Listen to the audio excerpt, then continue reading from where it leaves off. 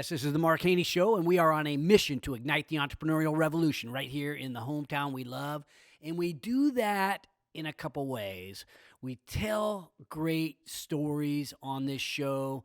We tell the stories of winning. We tell the stories of how to succeed in business. And today we have somebody who has figured that out. We have Manveer Sandhu. He is the founder and CEO of Zennify. They're a fast-growing tech startup, and we're going to hear his story. There's a lot of nuggets in this one. If you are an early-stage entrepreneur or you're somebody who wants to be an entrepreneur, there's a lot of early-stage nuggets that will be shared because he's raised some money and he's figured out a way. At the end of the show, though, stick around because I'll have some closing thoughts about the other way that we are igniting the entrepreneurial revolution. And it has to do with the growth factory and the backyard advantage. Stick around, my friends.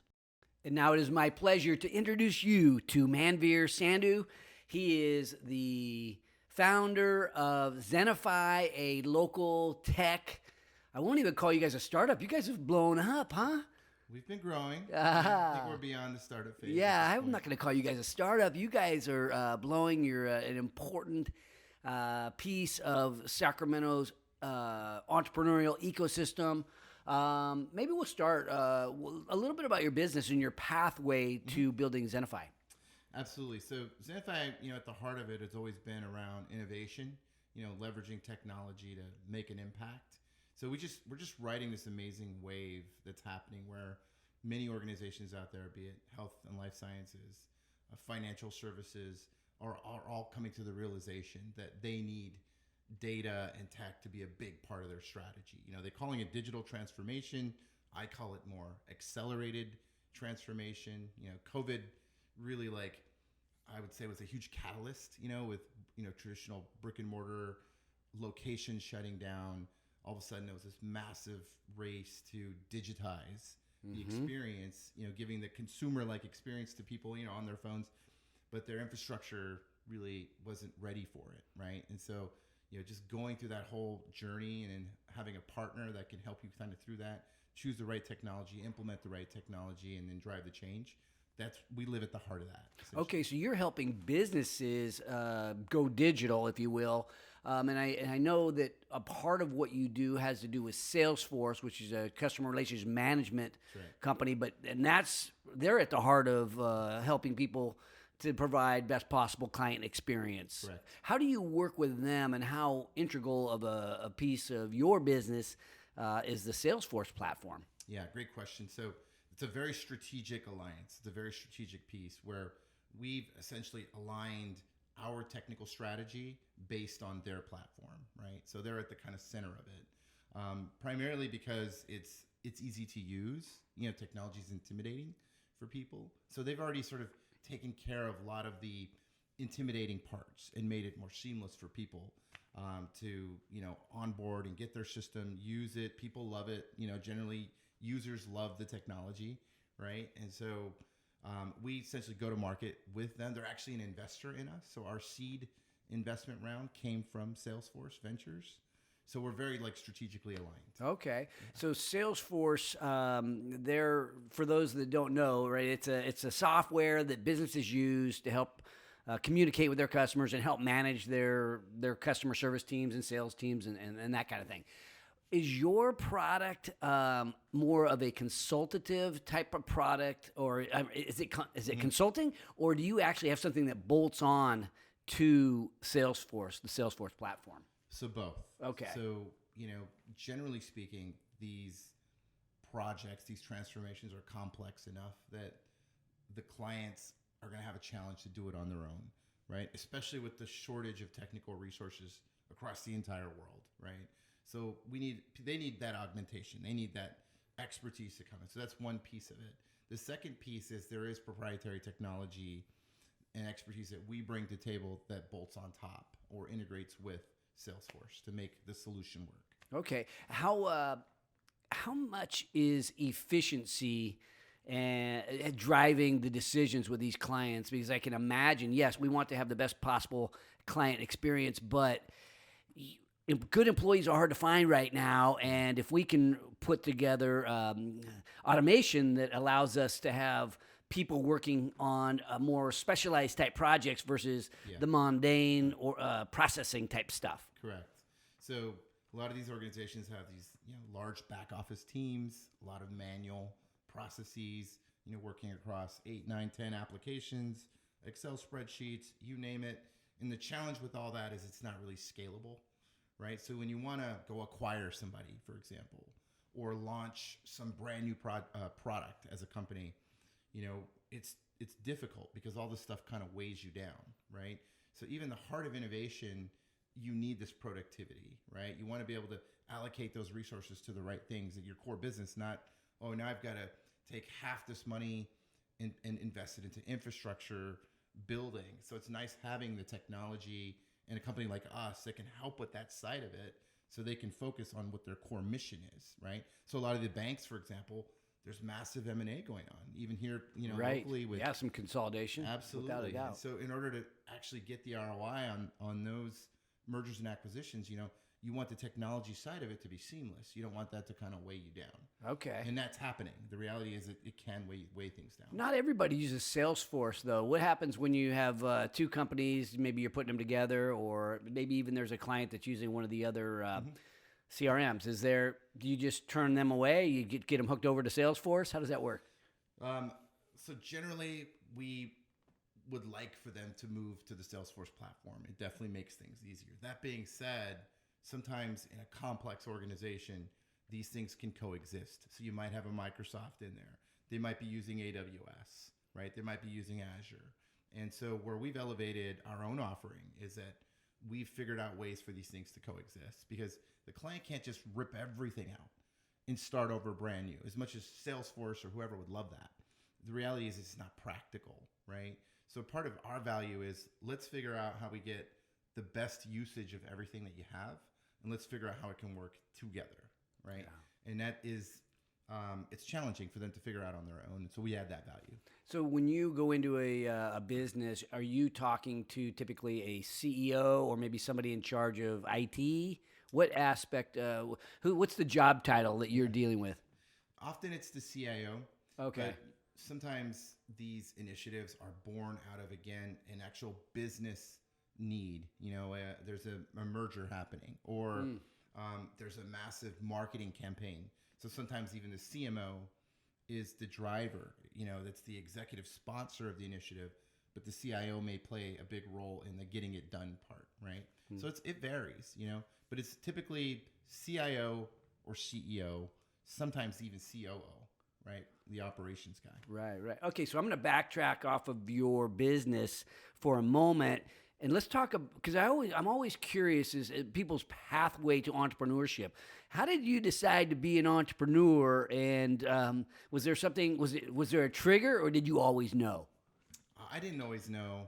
In fact, I was at the same company for 19 years, right? So I played sports. I played football, all my life through college, and I'm a team guy. I'm all about how do we win, but I'm also a tech guy, right? And so at some point, you need to be at an organization that supports both, right? I want to win, and I want technology to be front and center. And if that isn't working, then things get out of balance, right? And so at my former employer, that's essentially what happened. The last few years, I'm thinking cutting edge and pushing the envelope, whereas the organization is a big organization. It's moving slowly.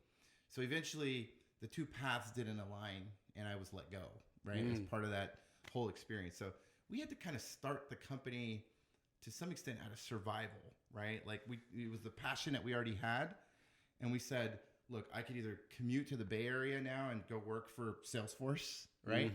And be on the road and away from my kids, or I can enjoy the cost of living that we have out here, at least, back then in 2013, and try to get this thing going and actually make it happen. So it was literally out of survival that we kind of. Well, it's interesting that so I wonder how isolated your type of story is, where you have, a lot. Our biggest employer in the region is, the government, right? All these government entities, and not as known for being innovative. Yet we have innovative people. Yeah. They're everywhere. Just because you're from Sacramento doesn't mean you don't want to push the envelope and be real creative and be a driving force behind the use of technology, let's call it. And so what do those people do, right? We can go to the Bay Area, but even there, I'm not going to pick any names, but big companies move slower by and large. Yep, absolutely. You can't be alone in that. No, not at all. And I think that the paradigm in the past, when I say past, pre-pandemic, is that you're kind of locked in, especially out here in Sacramento. Even when we've recruited experienced professionals here at Sacramento, we wanted them to come to Zennify. This was one of the things that we were up against is the individual's super talented, but is like, well, I've got this family and this house and this mortgage, and this is the best I'll ever get here. It's super stable. And I think a lot of the government workers think the same way. And so it's their security net. And it's like, I don't want to take a chance with this startup thing because I may not be employable again. Well, holy moly, just think about that. That's like a different world because now all of a sudden it's like there's way more demand than talent, right? And you're seeing people even at the public sector level going, do I really care about that pension? Is it that critical? At the end of the day, I gotta live. I gotta go to work. I gotta enjoy. And so shouldn't I be in an inspired environment? Totally. I think disruption is happening right and left, where you're seeing people that were lifers maybe like revisit things and go, you know what? I can take this chance. Some of it's the work from home. You don't need to travel, go to the office, these things. So it's made it, I think, easier for people to reevaluate their situation and go, you know what? I'm going to chase that dream. We've even lost people at my company, right? Like several, one wants to go be a musician. The other one wants to start his own gig. And it's fascinating, Yeah. People are, as a society, we're rethinking our life choices. I feel like Sacramento, in many ways, has been the beneficiary of that, and especially here in the suburbs. I know you live in the Roseville area. I live out here in Placer County as well, and I know the people in El Dorado Hills. We're getting, with the work from home movement happening, people are saying, I want to live somewhere where I can have a yard and, maybe a little bit different kind of quality of life versus being right there in the city, really close to the office. Yep. But you've gotten recognized for being a great CEO with the Business Journal, one of the most admired CEOs. You've been recognized for building a great culture at Zennify, among other things. Maybe talk to us a little bit about that. Why, and maybe even how getting these recognition, and then how has the pandemic challenged you to maintain or continue to grow a great culture, for example? Yeah, it's a great question. I think a lot of what we've done is actually similar to, Mark, your organization. It starts with your own passion, right? And the fact that you're doing a lot of philanthropic things. At the end of the day, you're running a business as well. And these are things that you care about, right? It showcases your values. It's very similar for us. A lot of the work we're doing stems from our passion and the things that we care about, right? As people, not just as a CEO, not just as a employee of Zennify, but, I care about this cause. I care about creating jobs. I care about giving people opportunities that maybe ordinarily they wouldn't have had, right? Because I don't care if they have a college degree. Those things just don't matter to me. They don't matter to us. What matters more is, are you a hard worker? Are you gritty? What are the things that move you at the end of the day? And we put that stuff front and center. We don't put it behind the scene, and we don't just do it with words. We do it with our actions. And so that attracts a certain type of person, right? And when enough of these people get together and they like each other, they like the person they're working with, they care about similar things. And we'll even bring out some of the, personal things.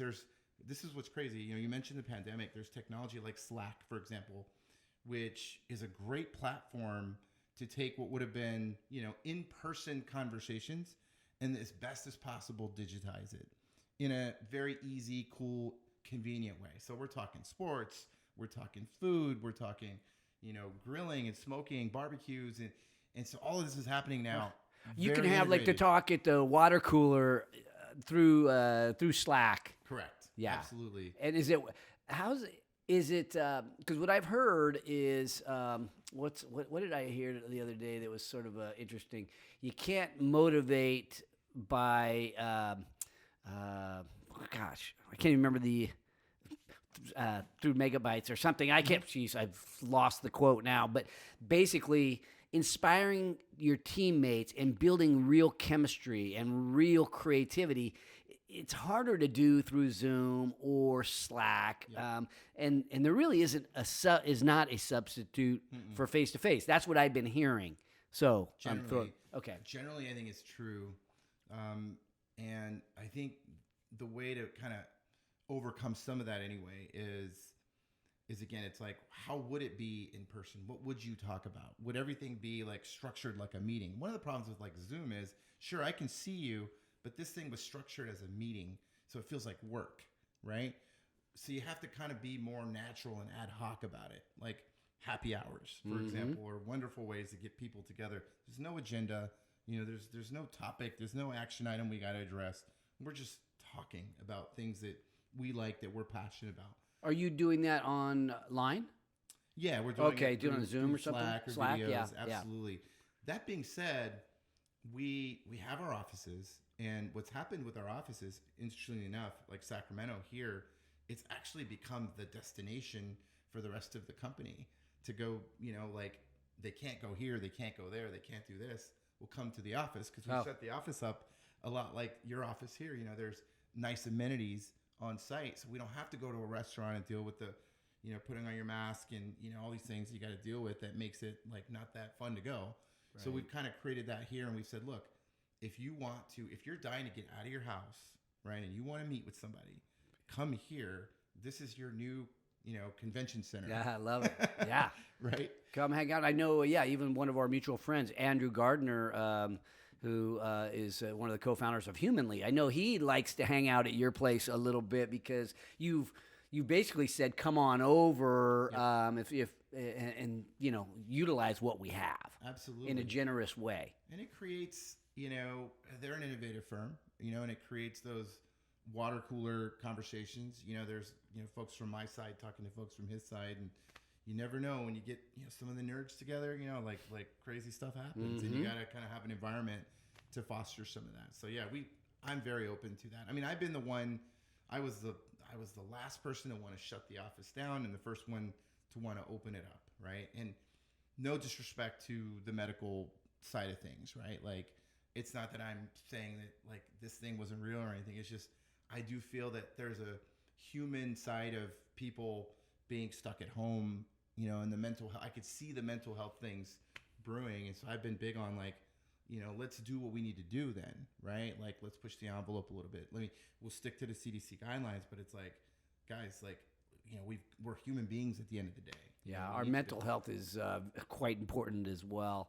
But what do you think in terms of like the trend, right? We've all moved to a hybrid workforce than when it was a requirement to show up by a certain time every day and stay till a certain time.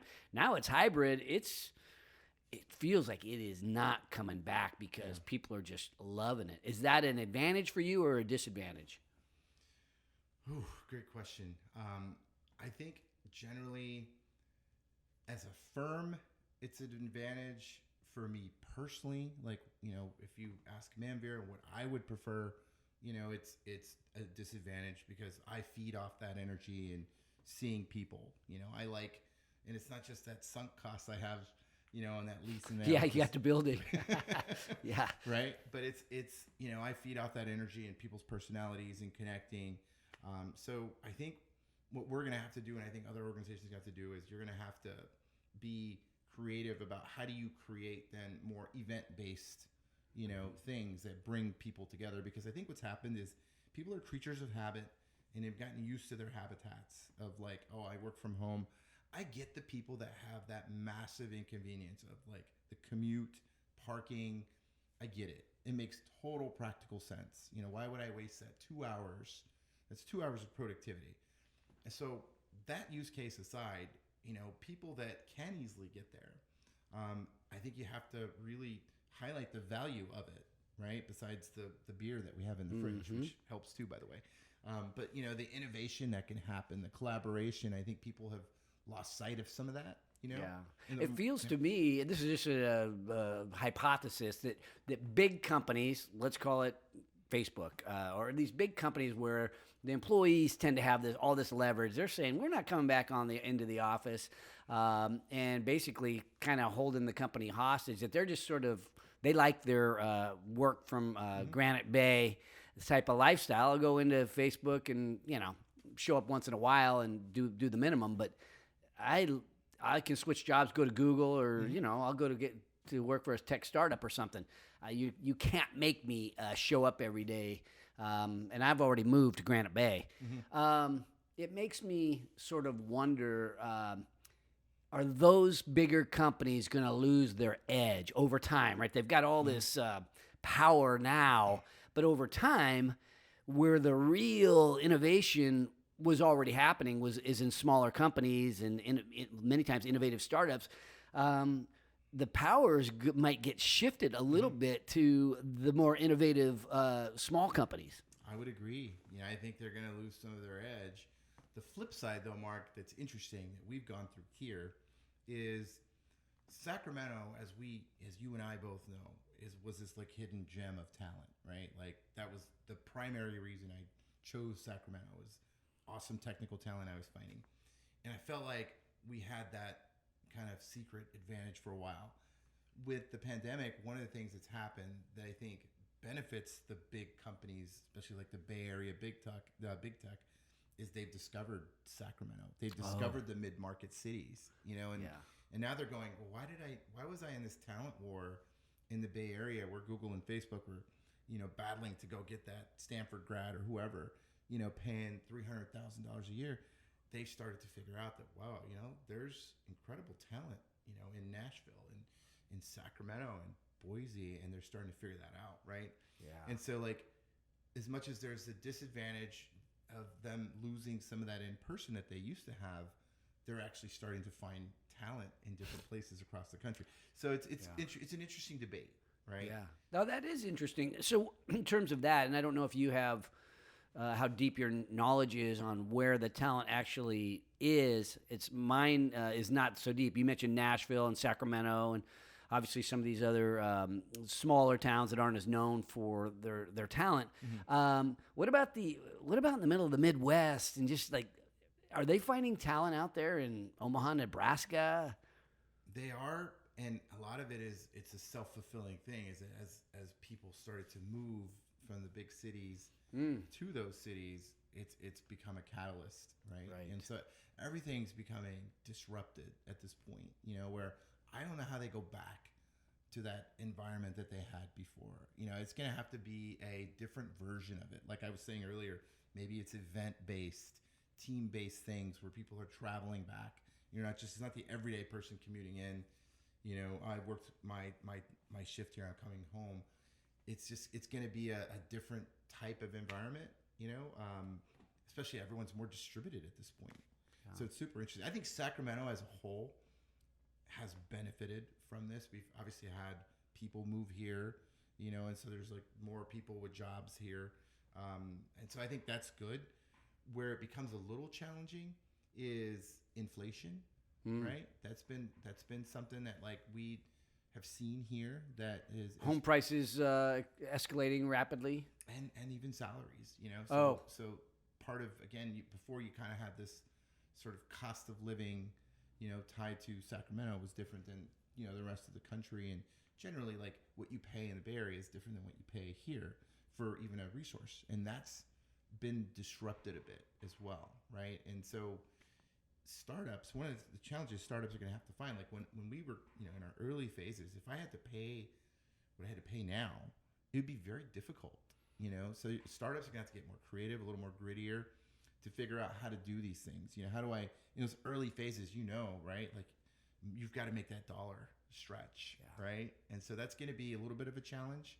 I hope things start to settle down a bit, because it can't just keep going up and up and up, right? Like there's got to be a counter factor economically at some point that makes things come back to earth a bit, right? I agree. I have thoughts on that, but I want to dive in maybe lessons for our entrepreneurial friends out there. Maybe they're these. We've been talking a little bit about startups, and you've gone past that phase a little bit, but after several years working in more of a corporate environment, then you jump into into a startup, and you've had success. Is there anything that surprised you? Any lessons learned in that Zennify journey? I tell you what, Shark Tank is incredible, right? And you watch it, it's entertaining. And there's things that you watch and you learn from Shark Tank that if Shark Tank didn't exist, I probably would have been more surprised. Like one of the main things I hear on Shark Tank is you hear the sharks tell the entrepreneurs, hey, you're too early. You're coming to us too early. Like you need to prove it more. You need to generate a bit more revenue, generate a bit more of X, Y, right? And I had that as an advantage early on, knowing that before I go approach an investor, I've got to be at a certain level. Like we've got to be gritty, we've got to be resourceful, we've got to be creative, we got to find a way to get the business to a certain level before you get to the investor, right? And so that's been, I guess the only surprise is like, it's even more relevant than I thought it was, right? Because people want to know. It's amazing. Even as I go to win a new client, oh, show me the 10 other logos. And you're like, in the back of your head, you're going, I just got started. We just started. How would I show you 10 logos, right? Yeah. But that's what they expect because they're, spending their money. They want to know that that dollar is, going to be secure and it's going to have that return on investment. So you have to be very resourceful and creative with how you showcase that.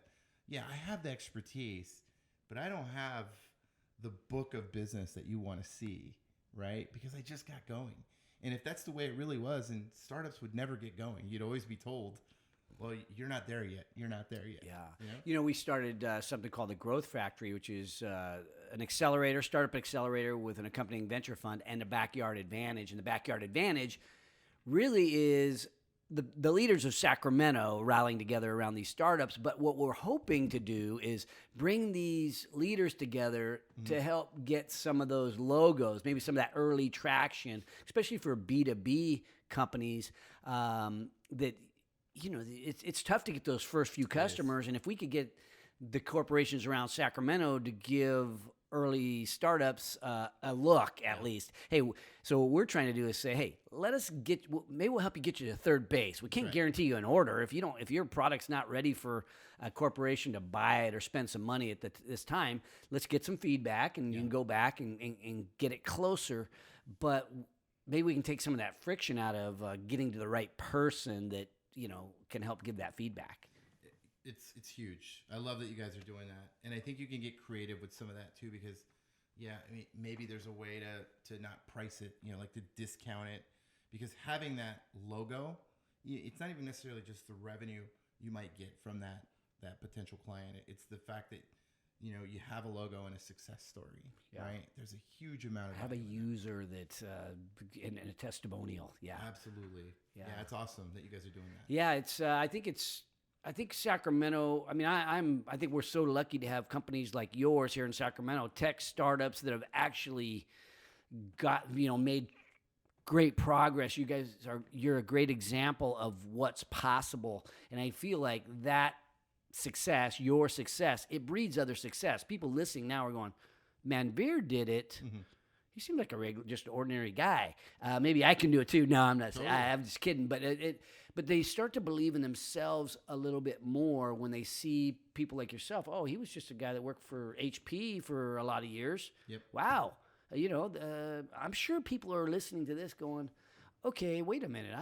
I've got an idea. Mm-hmm. And that to me is what is happening in Sacramento right now. Thanks to you and others like you that are, took the risk, was there ever a time in the early stages where you got super concerned and maybe it wasn't going to work or anything, that the business wasn't going to make it? Several. Because we started in a pretty complex space in health and life sciences, and it's a wonderful market. There's an incredible amount of transformation that's happening. I mean, just think about wearables and different things that are going to happen over time, proactive healthcare, medicine.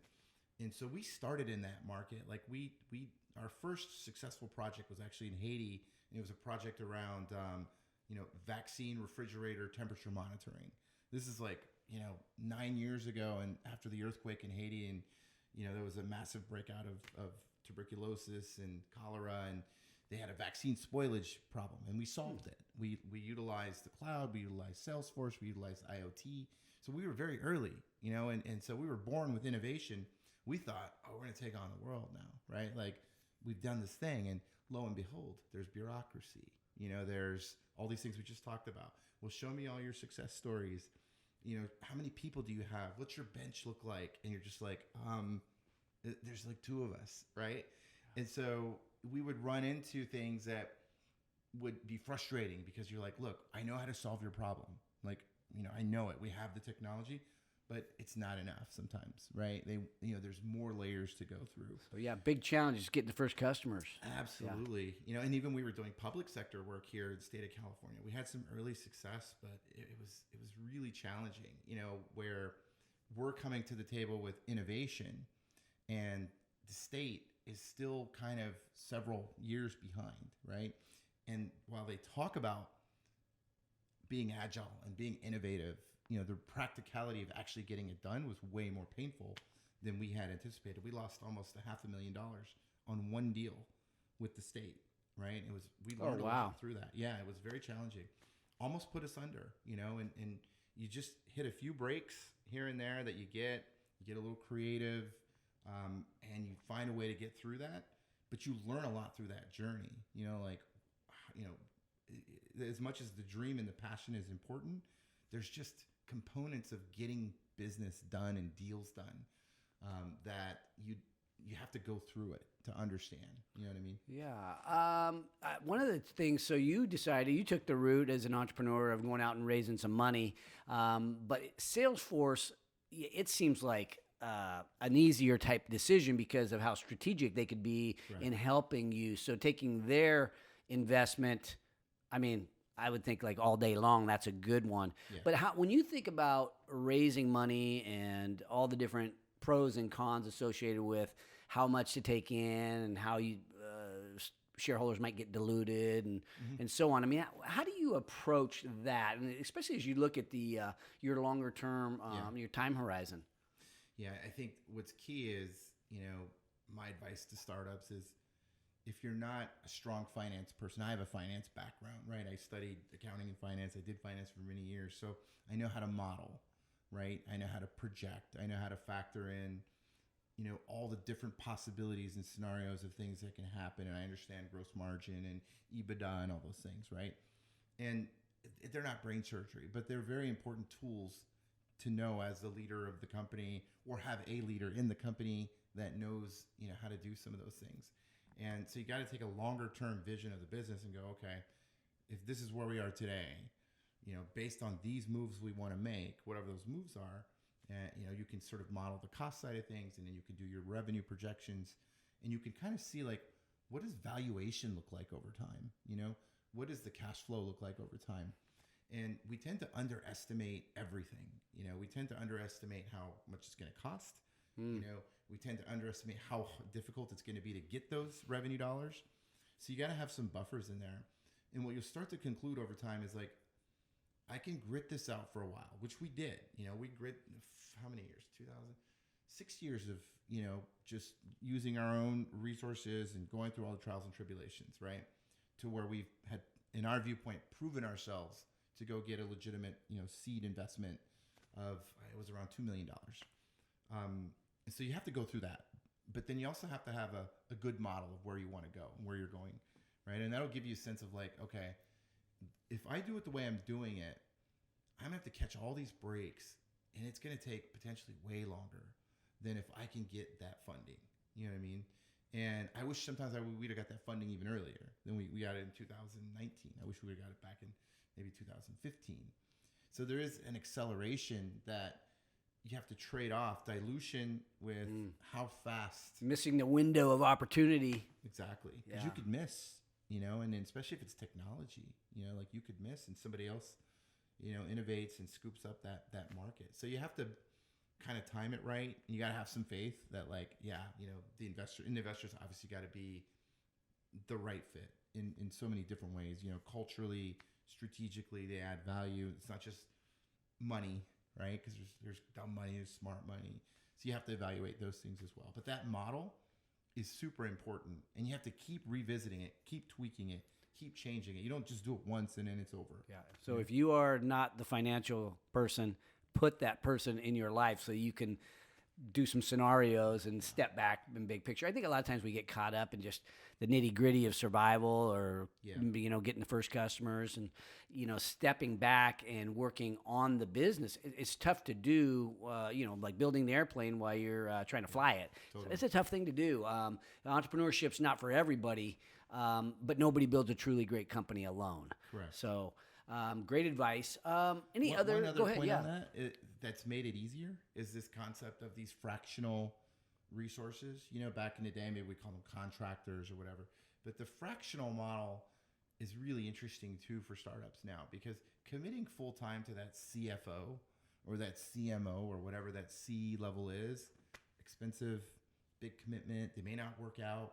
So there are these interesting fractional models that are popping up, and like a lot of the work that you guys are doing through Growth Factory, in some ways, it is another version of that, right? Because you're getting people's expertise for these like shorter durations, and just that magical 4 hours that you get from that person is like gold. It is. It's amazing. We have a few fractional CMO or CFO types, both actually. We have marketing people, we got finance people, and these people are donating their time. They all have businesses, but the one thing that comes to mind is there are some people that are better at modeling for a venture backable startup than maybe a small business like a restaurant or something like that. There's a level. A CPA is a CPA is a CPA is not really true, right? Just because you have a finance background doesn't mean you can put the thoughts together of what a fast growth startup might look like and the different things that go on in terms of modeling out your financial situation. Yeah, you're right. So having the right ones, and I think that's part of what, if talking to somebody like you who has been there, done that, the Growth Factory people, we're trying to match up the sort of the best of the best by category. And these are things I've seen people make mistakes by taking advice from just people that probably shouldn't be advising on that topic in that way. And so really that is a huge thing. So think about who you put in your life to help you is as important as just the decision to put somebody in your life, because the wrong person can steer you down the wrong path. So it could run you out of business. Absolutely. So thinking about that, other advice for startups. So other thoughts. I love the education piece. For anybody who might be listening that's thinking, okay, well, I'm in the trenches. What else should I know? Like, let's say I've got some of my I'm invested into, the Growth Factory's invested into 15 companies. I'm invested into like 50 or so, all local. Some of them listen to the show, but there's so many others in our network that love to learn from people who act like yourself that are actually doing it, have done it. Yeah. Thoughts? Yeah. The other transition, let's think about transition. In the beginning, in the startup phase, you do everything on your own. You're the multi-tool. When you don't know the answer, you Google it. You find somebody that might know the answer. And it's a great way to be resourceful, creative, and make it through those early phases, right? But then you hit these milestones in tiers where it's like, is it time to hire a sales rep, right? Is it time to hire a full-time marketing professional? People go through these tiers all the time. And the where you got to be careful is, the answer isn't, just go find the greatest person out there, put a rec out, bring them in.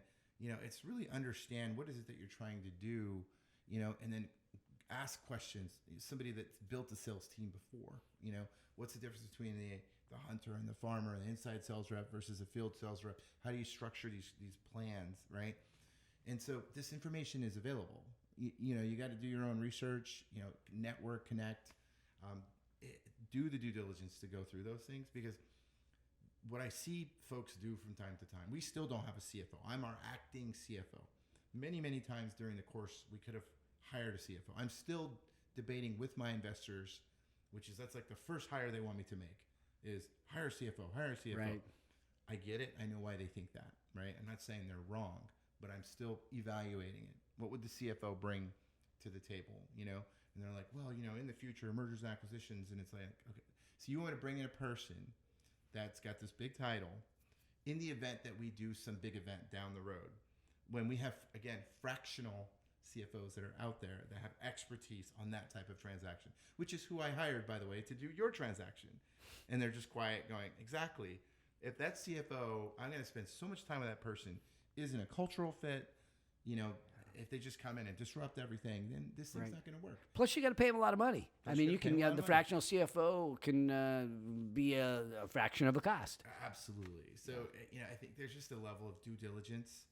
It's like people, I think I've heard stories of people, like part of the dilution effect is they feel they need all that cash to make these big hires, and all of a sudden, you've got a smaller percentage of the company. And you're struggling to even spend that money, by the way, because you're like, well, I thought I needed this C-level, that C-level. I'm not saying that people to do it traditionally are wrong. It's just that there's a level of like due diligence and analysis and question asking you need to do before you just jump to make those big moves. Because those are the things that you can get overstretched really early, or overcapitalize early and overdilute. And so it's, you have to understand the progression. What resources are truly essential when, that are going to get you to that next phase. Yeah. One of the things we talk about in the Growth Factory, and most people have heard this, what's important now? Because I think the biggest decision we make is, what am I going to do with what I got? Let's step back from the situation and what do I got? I've got these resources. I've got these strengths. How am I going to put them in position to move the ball forward? And what's important right now, not 4 years from now necessarily. Totally. It's huge. Another thing that has been an interesting debate amongst, my own leadership team, different people I talk to, is this notion that you have to know your exit plan, and that if you don't know your exit plan, then you can't really build your strategy. In other words, you should build your whole strategy based on how you're going to exit. And I thought a lot about that, and I was like, okay, let me think, okay, how does that really work? And the more I thought about it, I'm like, I don't think it makes sense at all, actually, because I get it. You may think that you want to sell to this company, for example, and I'm not saying that you should be blind to that. Yeah, they should be mindful of that. But if you focus too much on that, what it's going to do, in my viewpoint, is it's going to like kill the different possibilities that could happen, right? Maybe you should focus more on building a kick-ass company that's got this incredible value, that's differentiated, and this incredible culture that people want to be part of, right? And you've got market share, other metrics that are important. Yeah, and your revenue's off the chart. If I'm good at, if I have these, if I built this killer firm that's driving innovation, it's winning customers, and people are happy, Glassdoor reviews are great, people say, I think there's going to be more than that one company that might be interested, in possibly acquiring us, right? I think that there'll be a lot of possibilities. And one of the beauties with the investor we just recent one that we took the seed or the Series A with, is they were one of the first ones that were like, why not IPO? Because in my head, I didn't think it was something that we could do, right? Because we're a certain type of company maybe. And one of the things that struck me in that conversation with them when we first met is, why couldn't you go IPO? And I was like, okay. So going back to the exit thing, right? Mm-hmm. Imagine if all we did was just focus on this one outcome, and what type of company would we be, right? I guarantee you we wouldn't be doing some of the things we're doing right now. Like there's doors opening, there's things that are happening now that even 2 months ago weren't even on the table, which is crazy, right? So it's like, you gotta be open to that, and you gotta build the company, in my viewpoint, based on things that matter, right? Obviously in this market we're in, talent matters. What does talent care about? They care about, what are the company's values? What are my growth opportunities? Where's this company going? Not how are they going to exit, Right. You know what I mean? But I think it's really important for the CEO specifically to be able to share the vision in a compelling way. Yeah. So maybe for our audience a little bit, share the Zennify vision so that we are inspired to be rooting for you. Where are you guys going with this? So I think technology will continue to be front and center for us, the innovation side of things. The strength of the company is within our technical team, always has been, right? And when I look at what we bring to the table for our customers, which is, they're all going through this journey of trying to accelerate their business growth or whatever moves in the technologies is right now it's bringing them down, right? It's a impeding progress. And our vision is that we are part of that continual acceleration. Like, no, technology is actually going to be your advantage, right? And you can buy it, consume it, deploy it in a way where it's not stressful. It goes into the brand name. So the Zennify brand name, the origins of it, right, are all around balance, right? Bringing calm to the chaos. There's a statistic. Oh, Zen. The word Zen is Zen. the root word of Zennify. Okay, That's right. I didn't catch that till right now. Yeah, that's the thought process. There's two versions of this. One version is the version from the client's perspective, where 70 to 80% of these complex digital transformations fail statistically. You can Google that, by the way. So if you knew that, which CIOs do, then there's a lot of anxiety and there's a lot of stress when you're taking on this major initiative, right? What technology you select, right? What person internally you put on point to run that massive project, the partner you select, the consulting firm, all these things it's all trust, risk. So the idea with Zennify is that, look, we know that it's complex. We know that there's going to be moments of stress, but we can actually do this, and we can do this in style. We can actually enjoy the journey and enjoy the ride, because even the concept of tech consulting, historically anyway, has this perception that, we're going to grind people to, they're going to be traveling X percentage of the time. They're going to get burned out in a few years. People love consulting. I love the rush of it, but people only last a few years because eventually they burn out, and they can't handle it. Again, the idea behind Zennify is, no, let's disrupt that paradigm, right? The vision is you can actually enjoy all the things that you love about technology and consulting and helping people, but you can actually have a great experience doing it. You can enjoy it. Does that mean that there's never going to be stress and then you're not going to run into some tough situations? No, of course you are. But we as a firm are going to commit to the idea that we're going to support you. We're going to give you flexibility. We're going to give you tools. We're going to do different things to make that an experience that you can sustain, and you don't have to give that up to go take an easier job because it's X or Y. So that is the vision in a sense from a client perspective and an employee perspective, and we need to keep that going, right? Wow. Well, does that make sense? It does. Well, we're lucky to have you, and you definitely, I think, shared a lot to the entrepreneurial community today, and we're lucky to have you. So fortunate to have people of your caliber, of your level of accomplishment, generous with your time to help others. Any closing thoughts that you want to leave our audience with, or are you ready to wrap? Just, one last thing is when I was talking about culture and people and, enjoying their time at work, and we were talking about things going virtual versus being in the office. I mean, I think my advice is just don't underestimate how much people care about what you care about, right? And that they, the things we collectively care about and are passionate about, right? There, like the separation of work and home, maybe before people going into the office, it was more distinct. The lines are blurring, and you could view that as a negative in a way, because that's part of the reasons people are stressing when they're working from home is they don't know how to turn it off. It feels like it's always there. And we've all got to get better at that and figure that part out. But one of the interesting positives is that it has brought people's lives, their personal lives into the workplace, because now you're bringing your kids into the video and you see dogs and yes. These things before were like, oh, why are you bringing that up? It's like, no, this is part of the experience now, right? Let's talk about what you did over the weekend. Let's talk about that vacation that you're taking and why you're so passionate about that particular thing. I think these are really important things that make the work experience more enjoyable for all of us, right? And I wouldn't underestimate that. I think that's one of the big positives of this whole madness that we're in. I love it. Manveer, thank you for sharing your story. Thanks for the education, and I look forward to knowing you better. Thanks for having me. I really appreciate it. You bet. I love everything you guys are doing. Thank it's you. amazing. I appreciate it. Yes, this is the Mark Haney Show. We are back with some closing thoughts. Great show today. Manveer, I think, knocked it out of the park. His business is killing it.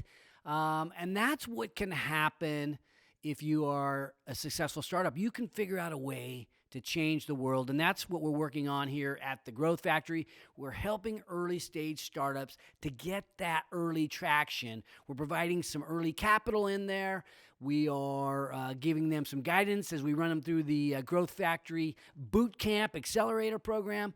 But we're also providing them with the Backyard Advantage, which is really a unique offering. Nobody else is doing this. Nobody else is offering the funding and the other things, the boot camp, plus the leaders of Sacramento have come together to help us, right? And that's the Backyard Advantage. It's these leaders. So if you want to be a part of the Growth Factory in any way, shape, or form, hit me up at the Mark Haney or go to thegrowthfactory.us and let's figure out a way to get together if you want to help ignite the entrepreneurial revolution on our team as well. So for all you out there fighting the good fight for our freedom, for our security, and our way of life, and of course, all you out there fighting the good fight for entrepreneurship, we're never above you. We're never below you. We're always by your side. Thanks for watching today's show. My goal for every episode is that you find a takeaway, something tangible you can use in your business today.